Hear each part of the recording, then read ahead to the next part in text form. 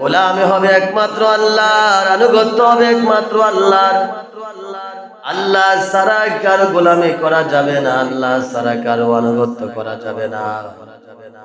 আমার জন্ম থেকে মৃত্যু পর্যন্ত একমাত্র গোলামি হবে আর আনুগত্য হবে কার হবে?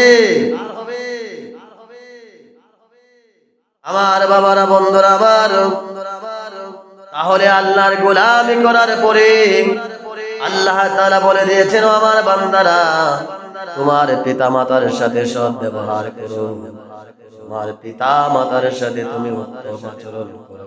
সুবহানাল্লাহ।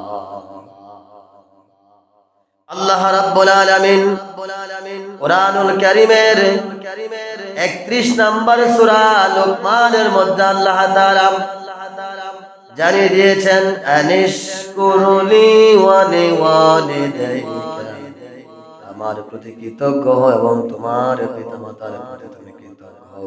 সুবহানাল্লাহ। আল্লাহ রাব্বুল আলামিন কুরআনুল কারীমে একাধিক জায়গার মধ্যে বলে দিয়েছেন। প্রথম যে আয়াতটি তেলাওয়াত করেছি এটি হচ্ছে সূরা বনী ইসরাঈলের 17 নম্বর সূরা, আর এই সূরার 23-24 নং আয়াত রব্বুল আলামিন জানিয়ে দিয়েছেন, ওয়া ক্বাদা রাব্বুকা আল্লা তা'বুদু ইল্লা ইয়্যাহু ওয়া বিল ওয়ালিদাইনি ইহসানা। তোমার রবের পক্ষ থেকে নির্দেশ, তোমরা আল্লাহ ছাড়া কার গোলামি করো না এবং আল্লাহর গোলামি করার পরে তোমার পিতামাতার সাথে তুমি সৎ ব্যবহার করো। সুবহানাল্লাহ। তাহলে রব্বুল আলামিন জানিয়ে দিয়েছেন, তোমরা আল্লাহর ইবাদত করো, তার সাথে কাউকে শরীক করো না। সূরা নিসার 4 নম্বর সূরা, সূরা নিসার 36 নং আয়াতে আল্লাহ রাব্বুল আলামিন জানিয়ে দিয়েছেন, তোমরা আল্লাহর ইবাদত করো, তার সাথে কাউকে শরীক করো না, পিতামাতার সাথে উত্তম আচরণ করো। সুবহানাল্লাহ। পিতামাতার সাথে উত্তম আচরণ করো। আজকের যুবকরা তার মা বাবার সাথে এমন খারাপ আচরণ করে, বাবা মার সাথে এমন রূঢ় আচরণ করে, যে আচরণে বাবা মারা কষ্টে চোখের পানিগুলি ফেলে দেয়। কথা বলা ঠিক কিনা? ওই সন্তানের জন্য জাহান্নাম তখনই অবধারিত হয়ে যায়, জান্নাত হারাম হয়ে যায়। যে যুবকের আচরণে তার বাবা মা কষ্ট পায়, যেই যুবকের আচরণে তার বাবা মার চোখ থেকে পানি ঝরে যায়, ওই বাবা মাকে কষ্ট দেওয়ার কারণে রব্বুল আলামিন নারাজ হয়ে যান। কন্যা আউযু বিল্লাহ। আর জোরে বলছেন আউযু বিল্লাহ। আমার বাবারা, বন্ধুরা আমার, আল্লাহ রাব্বুল আলামিন সূরা আল আহকাফের 15 নম্বর আয়াতে জানিয়ে দিয়েছেন, আমি মানুষের উপর তার পিতা মাতার ব্যাপারে সৎ আচরণ করার নির্দেশ দিয়েছি, তোমরা তোমাদের বাবা মার সাথে সৎ ব্যবহার করো। আজকে বউ পেয়ে যারা, সুন্দর স্ত্রী রমণী পেয়ে যারা বাবা মার সাথে খারাপ আচরণ করেন, আপনার সন্তান আবার আপনার সাথে খারাপ ব্যবহার করার জন্য আল্লাহ তাআলা সেই ব্যবস্থা করে দিবেন। কন্যা আউযু বিল্লাহ। আজকে এমন আছে কিনা? বাবা মার সাথে খারাপ আচরণ করে আছে কিনা? শুধু আছে না, অনেক বেশি, তাই না? অনেক বেশি। মাকে ভাত দেয় না, বাবাকে ভাত দেয় না, বাবা মার চিকিৎসার জন্য খরচ দিতে চায় না, বাবা মার সাথে রূঢ় আচরণ করে তার ওয়াইফ তাকে যা বলে, ওয়াইফের কথা মতো শুনে মায়ের সাথে খারাপ আচরণ করে। আমার মাইকের সাউন্ড যত দূর যাচ্ছে, ও আমার যুবক ভাইরা, ও আমার যুবতী বোনেরা, যারা আপনার স্ত্রী ছেলেমেয়ের কথা মতো শুনে আপনার বাবা মার সাথে খারাপ আচরণ করে ফেলেছে, আজকের আলোচনা শ্রবণ করার পরে আপনি আপনার মা এবং বাবার হাত ধরে ক্ষমা চেয়ে নেবেন।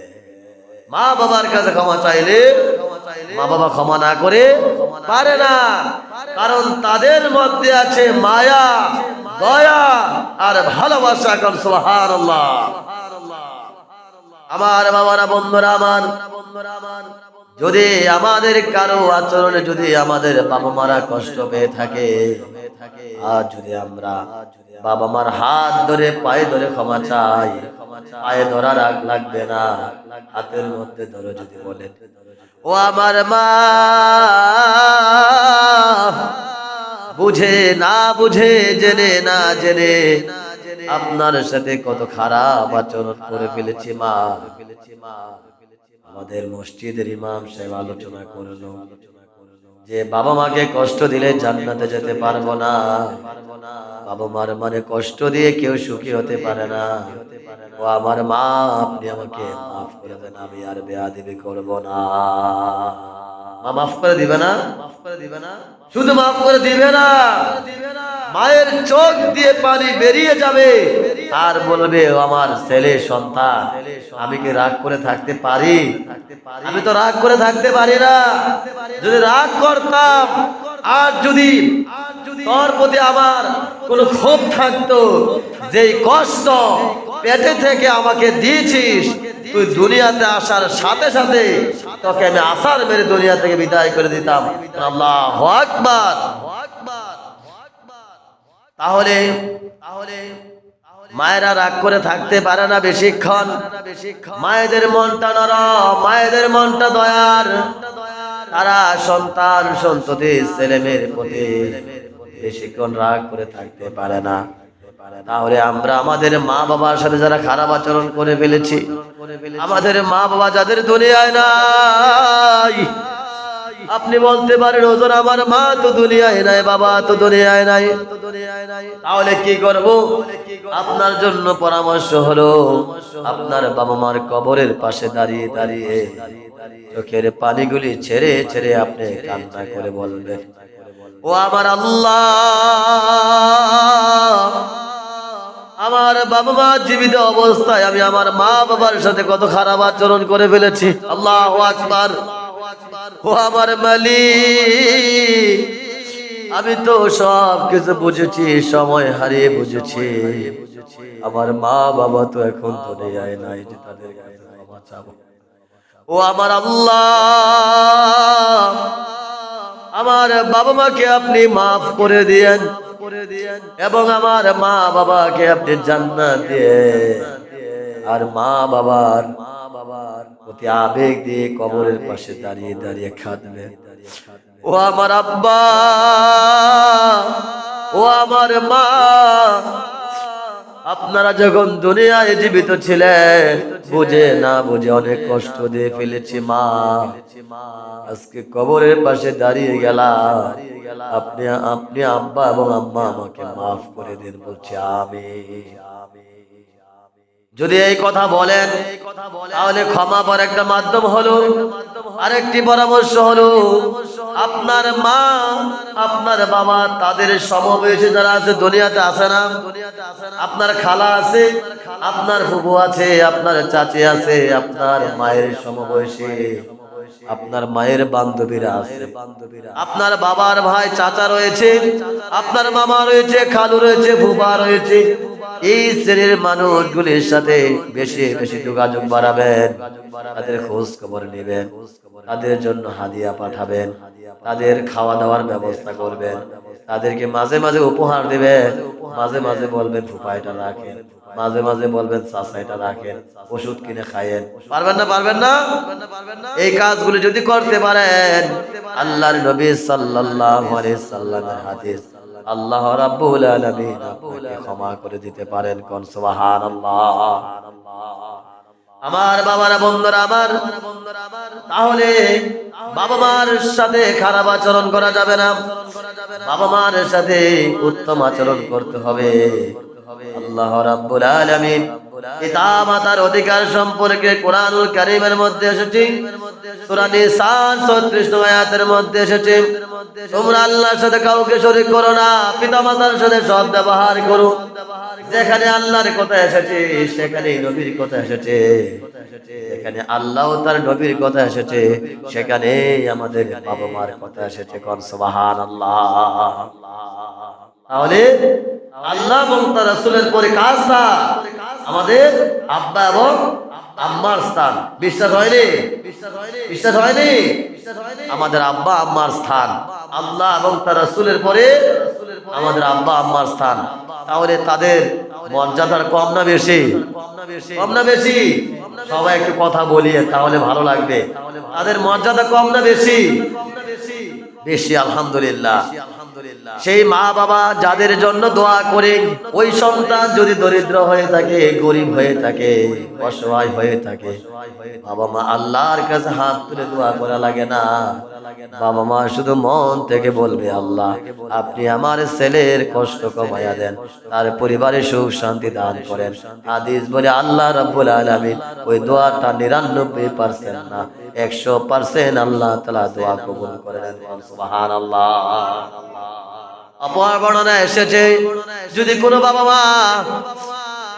বাবা মা তার সন্তানের প্রতি বড় ধরনের কোনো হাত দেয় নাই, খালি বাবা মা সন্তানের প্রতি একটু কষ্ট নিয়ে মনটা একটু খারাপ হয়ে গেছে, এই সন্তানের জন্য কত কষ্ট করলাম আমি 10 মাস 10 দিন তাকে পেটে ধারণ করলাম, তাকে অনেক কষ্টে প্রসব করলাম, তাকে অনেক বছর দুধ পান করাইলাম, আজকে ছেলে আজকে মেয়ে সন্তান তুমি তোমার স্ত্রী পেয়ে, তুমি তোমার ছেলে মেয়ে পেয়ে তুমি আজকে আমার সাথে খারাপ আচরণ করলা। ও আমার সন্তান, তোমাকে পেটে নিয়ে আমি মাসের পর মাস তোমাকে পেটে নিয়ে আমি অনেক কষ্টে খাবার খেয়েছি। আল্লাহু আকবার। এক একটা মা তার সন্তানের জন্য কতটা ত্যাগ স্বীকার করে পৃথিবীতে আর কেউ করবে না।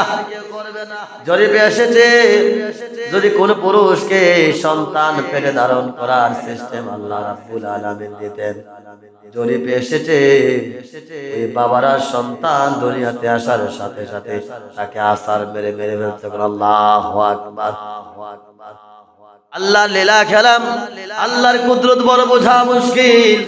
রব্বুল আলামিন এমন ভাবে সবগুলো সেট করেছেন, যার সাথে যে কর্মটা পারফেক্ট, যাকে দিয়ে যে কাজ করা উপযুক্ত, রব্বুল আলামিন তাকে দিয়ে সেই কাজ করেছেন। কোন সুবহানাল্লাহ। পিতা মাতার অধিকার 1 নম্বর হলো সর্বোচ্চ সম্মান ও শ্রদ্ধা করা। পৃথিবীর মধ্যে আল্লাহ এবং তার রাসূল সাল্লাল্লাহু আলাইহি সাল্লামের পরে সবচাইতে বেশি সম্মান করব যাকে, তিনি হলেন আমাদের বাবা মা। তারা কারা? আমাদের বাবা মা। যেমন আমরা নামাজ পড়তে থাকি, সালাত কায়েম করতেছি, নামাজ আদায় করতেছি, কার গোলামি? এটা আল্লাহর গোলামি করতেছি। তারপরে আমাদের অবস্থান হয়ে যায় পিতা মাতার প্রতি সম্মান শ্রদ্ধা ভালোবাসা। সর্বোচ্চ সম্মান শ্রদ্ধা করা। 2 নম্বর হলো নম্রভাবে কথা বলা। নম্রভাবে কথা বলা। একটা পাখি যখন তার বাচ্চাগুলিকে তার ডানার নিচে সুন্দরভাবে আগলিয়ে রাখে, একটা পাখি যখন আর বাচ্চাগুলিকে আগলে রাখার জন্য যেভাবে তার ডানাগুলি ছড়িয়ে দেয়, ডানাগুলি আপনি উপরের দিকে তুলে দেয়, এমনি ভাবে আমরা আমাদের পিতা মাতার জন্য রহমতের ডানাগুলি বিছিয়ে দেব। কোন সুবহানাল্লাহ। তাহলে নম্রভাবে কথা বলা, বাবা মার সাথে গাদ্দারি করা যাবে না, তাদের সাথে জোরে জোরে কথা বলা যাবে না।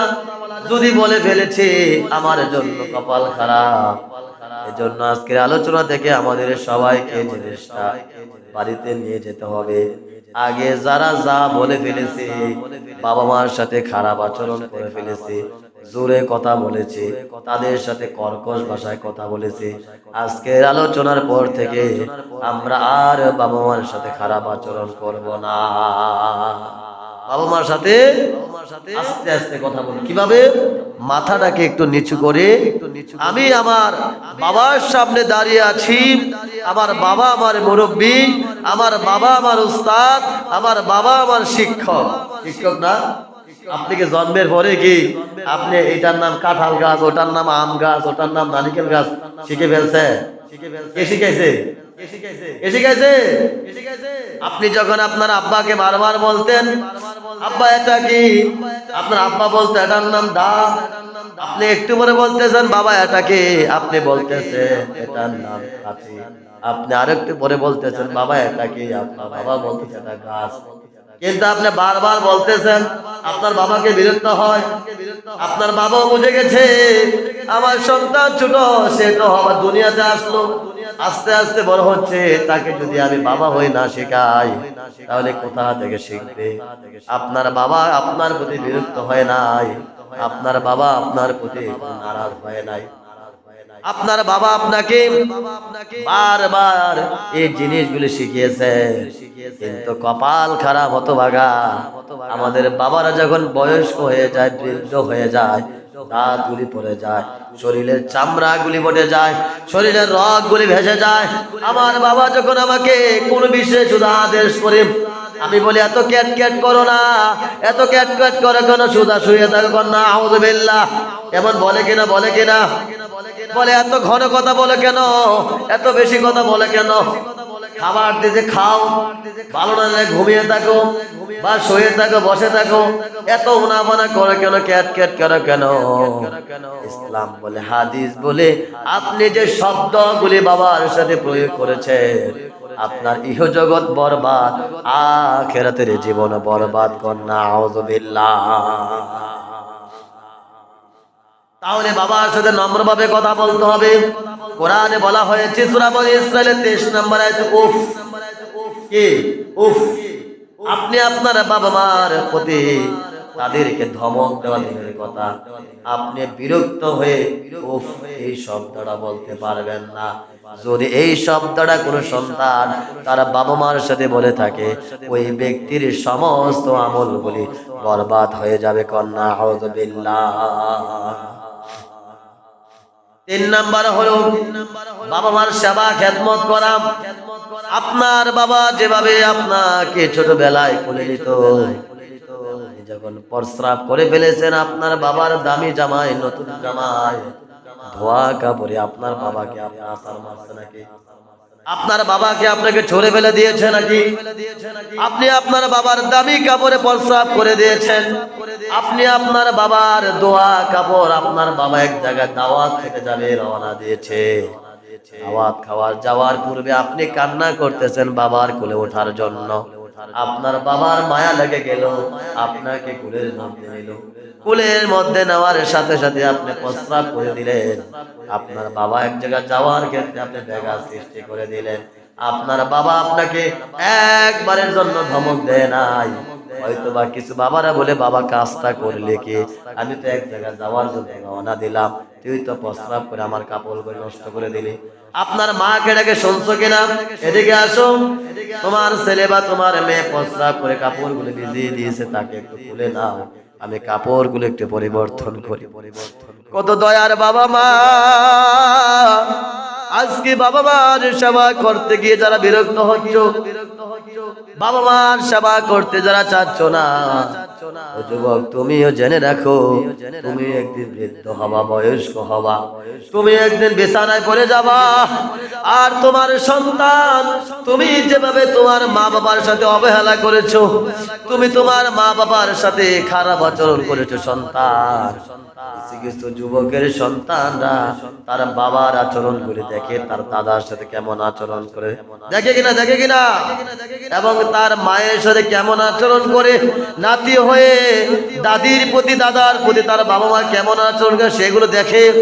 আর যখন সেও যুবক হয়, বিয়ে শাদী করে, আর আপনিও যখন বয়স্ক হন, আপনার সন্তান দ্বারাও আল্লাহ তেমনি ভাবে অবহেলার ব্যবস্থা করে দিবেন, কন্যা আউযুবিল্লাহ। আমার খেদমত করা লাগবে কিনা, লাগবে, সেবা যত্ন করা, তারা বৃদ্ধ হোক, সুস্থ হোক, যে অবস্থা থাকুক, তাদের যত্ন নেওয়া সন্তানের জন্য ফরজ। কি কি ফরজ? সন্তানের জন্য এগুলো দায়িত্ব না ফরজ।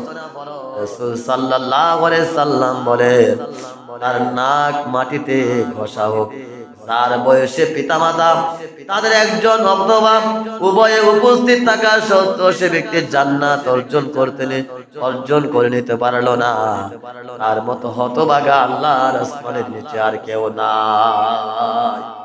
যার বাবা মা একজন অথবা উভয়ে, মা অথবা বাবা অথবা উভয়ে জীবিত আছে, আর কেউ জান্নাত অর্জন করে নিতে পারলো না, তবে তাদের সেবা যত্ন করে ওই ব্যক্তির মতো হতভাগা কপাল পুরা আর কেউ হতে পারে না। কন্যা আউযুবিল্লাহ। তাহলে বাবা মার সাথে খারাপ আচরণ করা যাবে না, তাদের অবহেলা করা যাবে না, সেবা যত্ন করতে হবে। 4 নম্বরে তাদের আদেশ মান্য করে চলতে হবে।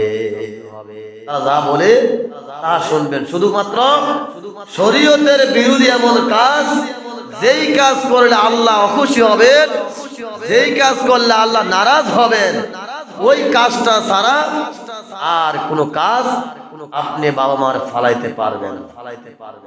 হুকুম নাই, বিধান নাই। আপনার বাবা মা বলছে এখন যে বাবা এই কাজটা করে ফেলো না, আপনার সাথে করে ফেলতে হবে। বাবা গরুটি না খেয়ে আছে, ঘাসগুলি কেটে নিয়ে আসো না, দৌড়ে যেতে হবে। এখন ধানের সময় এসেছে, অনেক যুবকরা এই কাজে জড়িত হতে চাইবে না, ঠিক না? বাবা বলবে আসো না, একটু কাজের লোক আসছে, একটু ধানগুলা নিতে হবে, একটু ধানগুলো আগায় দিলে তো একটু তাড়াতাড়ি হবে। বাবা মা যদি এই বিষয়ে কোন সন্তানকে আদেশ করে, সে আদেশ মানা ফরজ। সুবহানাল্লাহ। ইসলাম কত সুন্দর ধর্ম। আপনি জমিনে কাজ করতেছেন, এটাও ইবাদত। গাড়ি চালাচ্ছেন, এটাও ইবাদত। শর্ত কি? আল্লাহর সন্তুষ্টির পথে আপনাকে কাজগুলি করতে হবে, লক্ষ্যে হালাল হারাম মেনে এবং নামাজগুলি সঠিকভাবে পড়ে আল্লাহ এবং তার রাসূলের নাম নিয়ে কাজগুলি করলে কি ইবাদত হবে, আমল নামায় অধিক সওয়াব লেখা হবে। কোন সুবহানাল্লাহ। আমার বাবার বন্ধুরা, আমার তাহলে আমাদের কি বাবা মার আদেশ মেনে চলতে হবে, শরীয়ত বিরোধী না হলে পিতামাতার নির্দেশ মানা ফরজের ন্যায় গুরুত্বপূর্ণ। কোন সুবহানাল্লাহ। 5 নম্বর হলো প্রয়োজন পূরণ এবং ব্যয়ভার বহন করা। যদি তারা উপার্জন করতে না পারে, তাদের খাদ্য, চিকিৎসা, পোশাক, থাকা খাওয়া সবকিছু সন্তানের দায়িত্ব। তাদের চিকিৎসা, বাসস্থান, খাবার দাবার, পোশাক, এগুলি কার দায়িত্ব? সন্তানের। কেন? কারণ আপনার বাবা মা তো আপনি যখন ছোট ছিলেন কাপড় কিনে দেয় না? কি কাপড় কিনে দেয় কিনা? এক একটা পিতা মাতা, এক একটা বাবারাই বলতে পারবে তার সন্তানের চাহিদাটা পূরণ করতে কতটা ত্যাগ আর কষ্ট স্বীকার করতে হয়। বলে আল্লাহু আকবার। তাহলে প্রয়োজন পূরণ এবং ব্যয়ভার বহন করা, তাদের চিকিৎসা, খাদ্য, বাসস্থান, তাদের দেখাশোনা সঠিকভাবে নেওয়া। 6 নাম্বার হলো পিতা মাতার জন্য দোয়া করা। দোয়া করিনি আমরা? সবাই বলেন রব্বির হামহুমা কামা রাব্বায়ানি সগীরা। আবার বলি রব্বির হামহুমা কামা রাব্বায়ানি সগীরা। আয় আল্লাহ তাআলা, তাদের প্রতি আপনি দয়া করুন, যেভাবে তারা আমাকে শৈশবকালে লালন পালন করেছেন। পড়ছি আমিন। যদি আপনার বাবা মা কবরে চলে যায়, এই দোয়াটা বেশি বেশি পাঠ করবেন। রব্বির হামহুমা কামা রাব্বায়ানি সগীরা। হে আমার রব, হে আমার প্রতিপালক, আপনি তাদের প্রতি দয়া করুন এমন ভাবে যেভাবে তারা আমাকে শৈশবকালে লালন পালন করেছেন। 7 নাম্বার হলো তাদের জন্য সদকা জারিয়া করা। তারা মারা যাওয়ার পর তাদের নামে দোয়া, সদকা, কোরআন তেলাওয়াত, আপনার ভালো ভালো কাজগুলি করা। এই কাজগুলি করার মাধ্যমে তাদের আত্মার মাগফিরাত কামনা করা। 8 নাম্বার হলো আত্মীয়দের সাথে সম্পর্ক বজায় রাখা। পিতামাতার জীবিত মৃত্যুর পর তাদের আত্মীয়দের সম্মান করা এটাও অধিকার। আপনার বাবা দুনিয়া থেকে চলে গেছেন, আপনার মা কবরে চলে গেছেন, আপনার দায়িত্ব পড়ে যায় আপনার বাবা মা চলে গেছে কিন্তু তাদের আত্মীয়দের সাথে খোঁজখবর নেওয়া, সম্পর্ক বজায় রাখা। আলহামদুলিল্লাহ, কিছু কিছু মানুষ সমাজে আছে, আমার আবেগ দিয়ে মন ভোলে। আসলে কিছু কিছু মানুষ যারা আছে তারা দেখেছি কত পুরান আত্মীয় খুঁজে খুঁজে বের করে, আসে না? এই মানুষগুলি কিন্তু আপনার অত্যন্ত হাদিসের ভাষায় মর্যাদাপূর্ণ ব্যক্তি, যারা তার দাদার আত্মীয়, মায়ের আত্মীয়, কত পুরান আত্মীয়, এদিক দিয়ে ফেস ওদিক দিয়ে ফেস লেগে আছে। এই যে আত্মীয়গুলি খোঁজ খবর নেয়, তাদের সাথে একটা যোগাযোগ রাখে, আন্ডারস্ট্যান্ডিং রাখে, এর কারণে কিন্তু তার বাবা মারা কবরে সওয়াব পেতে থাকে। কোন সুবহানাল্লাহ। আবার কিছু লোক আছে এমনও অতি কাছের আত্মীয়, গরিব বলে দুর্বল বলে তাকে পিছু ফেলে রাখে, আছে না? গরিব মানে এখন দেখা যাচ্ছে তার সাথে যোগাযোগ রাখে, যদি সে আমার কাছে টাকা চেয়ে বসে, বিভিন্ন সময় টাকা ধার চায়, হাওলাত চায় যে আমাকে কিছু টাকা দিয়ে, বিপদে আছি, অসুখ বিসুখে আছি। তাহলে দুনিয়াতে দুই ধরনের মানুষই আছে, তবে তারাই সফল কাম যারা আত্মীয়তার সম্পর্ক ছিন্ন করে না, তারাই সফল কাম যারা আত্মীয়দের খোঁজ খবর নেয়, তাদের জন্য হাদিয়া পাঠায়, তাদের জন্য উপহার পাঠায়। ওই ব্যক্তিগুলো হলো সোনার মানুষ। কোন সুবহানাল্লাহ। আমার বাবারা, বন্ধুরা আমার, তাহলে আত্মীয়তার সম্পর্ক ছিন্ন করা যাবে না, আত্মীয়তার সম্পর্ক খারাপ করা যাবে না। পিতামাতার প্রতি সন্তানের প্রধান দায়িত্ব নাম্বার 1 হলো শ্রদ্ধা, আনুগত্য।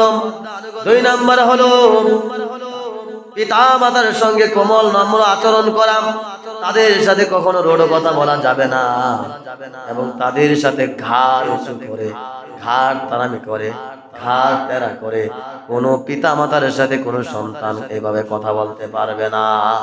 যে বলছে তার দুনিয়া শেষ, আখিরাতও শেষ। সে যদি কাবা করে ইমামও হয়, কিন্তু ঘরে তার মায়ের সাথে সম্পর্কটা ভালো না, মায়ের সাথে খারাপ আচরণ করে, তার ইমামতিত্ব আল্লাহর কাছে কোনো কবুল হবে না। কন্যা আউযুবিল্লাহ। তাদের সম্মান করা, তাদের অধিকার দেওয়া, তারা যেই যে জিনিসটা প্রাপ্য সেই জিনিসটা তাদেরকে বুঝিয়ে দেওয়া। কোন সুবহানাল্লাহ। আমার বাবারা, বন্ধুরা আমার, তাহলে আমরা আমাদের মা বাবার সাথে খারাপ আচরণ করব, খারাপ আচরণ করব। যাদের মা বেঁচে আছে, মায়ের কাছে আপনি গোপনে চলে যাবেন, মাঝে মধ্যে আপনার ছোট্ট ছেলেটা মেয়েটাকে সাথে করে নিয়ে যাবে। যদি আপনি আপনার মায়ের হাতে ধরে বলেন, মা আমি আগে বুঝতাম না মা কি জিনিস, বাবা আমি আগে বুঝতাম না বাবা কি জিনিস। জমার নামাজে শান্তিনগর মসজিদে ইমামের আলোচনা শুনে মামার বুঝ হয়েছে যে মা কি জিনিস, বাবা কি জিনিস। ও আমার মা, ও আমার বাবা, আমি আর আপনাদের সাথে খারাপ আচরণ করব না, আপনারা আমাকে মাফ করে দেন। পারবেন না বলতে ইনশাআল্লাহ? মায়ের কাছে ক্ষমা চাইলে কি লজ্জা আছে? আপনি অন্য 120 বছরের, আপনি 120 বছরের বৃদ্ধ, সাদা দাড়ি, মাথায় সাদা চুল, আপনি এখন যদি মার কাছে ক্ষমা চান, বলবে দেখোস না পাগলটা, বোকাটা কি বলে, আমি কি তোর সাথে রাগ করে থাকতে পারি, বলবে না মায়েরা? আর আমাদের তো সেই বয়স হয় নাই সেই তুলনায়। কাজেই মা বেঁচে থাকলে মার খেদমত করুন, বাবা বেঁচে থাকলে বাবার খেদমত করুন, কারণ জান্নাতে যাওয়ার জন্য এই দুইটা সারা পৃথিবীতে আর কোনো মাধ্যম শ্রেষ্ঠ দেখি না। সুবহানাল্লাহ। আজকে মা বাবা এই যে শীতে আসছে, কে আছেন, কয়জন আছেন যে মায়ের জন্য একটা নতুন ভালো কম্বল দিয়েছেন, ভালো একটা লেপ দিয়েছেন, ভালো একটা বালিশ দিয়েছেন, শীতের একটা সোয়াটার বা শীতের ভারী গেঞ্জিগুলি দিয়েছেন? হয়তোবা দিয়েছেন, হয়তোবা দেন নাই, কিন্তু নিজের ছেলে মেয়ের জন্য অনেক কাপড় কিনলেন। শীতে একটা হয় না, আরো 2টা কিনেন, কিনেন না? কিনি না? একটা কাপড় হয় না, যখন দেখি বাচ্চারা কাঁপতেছে, পরের দিন আবার বাজারে গিয়ে আবার ভারীছে কিনে। কিন্তু মা যে একজন ঘরে আছে, এই খোঁজ খবর খেয়াল আমাদের অনেকের নাই। আসুন আমার শান্তিনগর বাসী, সবাইকে আমি আল্লাহর জন্য ভালোবাসি। মান আহাব্বা লিল্লাহ ওয়া আবগাদা লিল্লাহ, মান আ'তা লিল্লাহ ওয়া মানা'a লিল্লাহ। আমি ভালোবাসবো আল্লাহর জন্য, ঘৃণা করব আল্লাহর জন্য, কাউকে কোনো কিছু দান করব আল্লাহর জন্য, কাউকে কিছু দিব না আল্লাহর জন্য। কথা বলেন ঠিক কিনা? আসুন আমি ইমাম হয়ে আপনাদের খেদমতে বলছি, আসুন আমরা বাবা মার খেদমতে আগ্রহ হই, বাবা মার সেবায় মনোযোগী হই। বাবা মারা যেন আমাদের প্রতি কোনো অভিযোগ না থাকে। বয়স হলে মা বাবা একটা গণকথা বলবে, কি শুধু আমার মা বাবা না, এটা আল্লাহর সৃষ্টি শুরু থেকে এই পর্যন্ত আসছে। বয়স্ক মানুষ এটা গণকথা বলে না। আপনি অভিযোগ দেন, হুজুর আমার বাবা এত কথা বলে, আমার মা এত কথা বলে, বিরক্ত হয়ে যায়। না, আপনি মনে করে ফেলবেন ওই যে ছোটবেলায় 5 বছর 6 বছর ছিলেন, তখন আপনার বাবা মা আপনার প্রতি যে বিরক্ত হয় নাই, ওই জিনিসটা যদি আপনার মাথায় কুট করে ফেলতে পারেন, তাহলে আপনার বাবা মার প্রতি আপনার কোনো বিরক্ত হবে না। আল্লাহ রাব্বুল আলামিন আমাদের সবাইকে বাবা মার প্রতি সম্মান, শ্রদ্ধা, ভালোবাসা বেশি বেশি করে বাড়িয়ে দিন, বলছি আমিন। বাবা মার প্রতি আমাদের সন্তান হয়ে যে অধিকার, যে প্রাপ্যটুকু, তাদেরকে যেন আমরা সঠিকভাবে দিতে পারি, বলছি আমিন।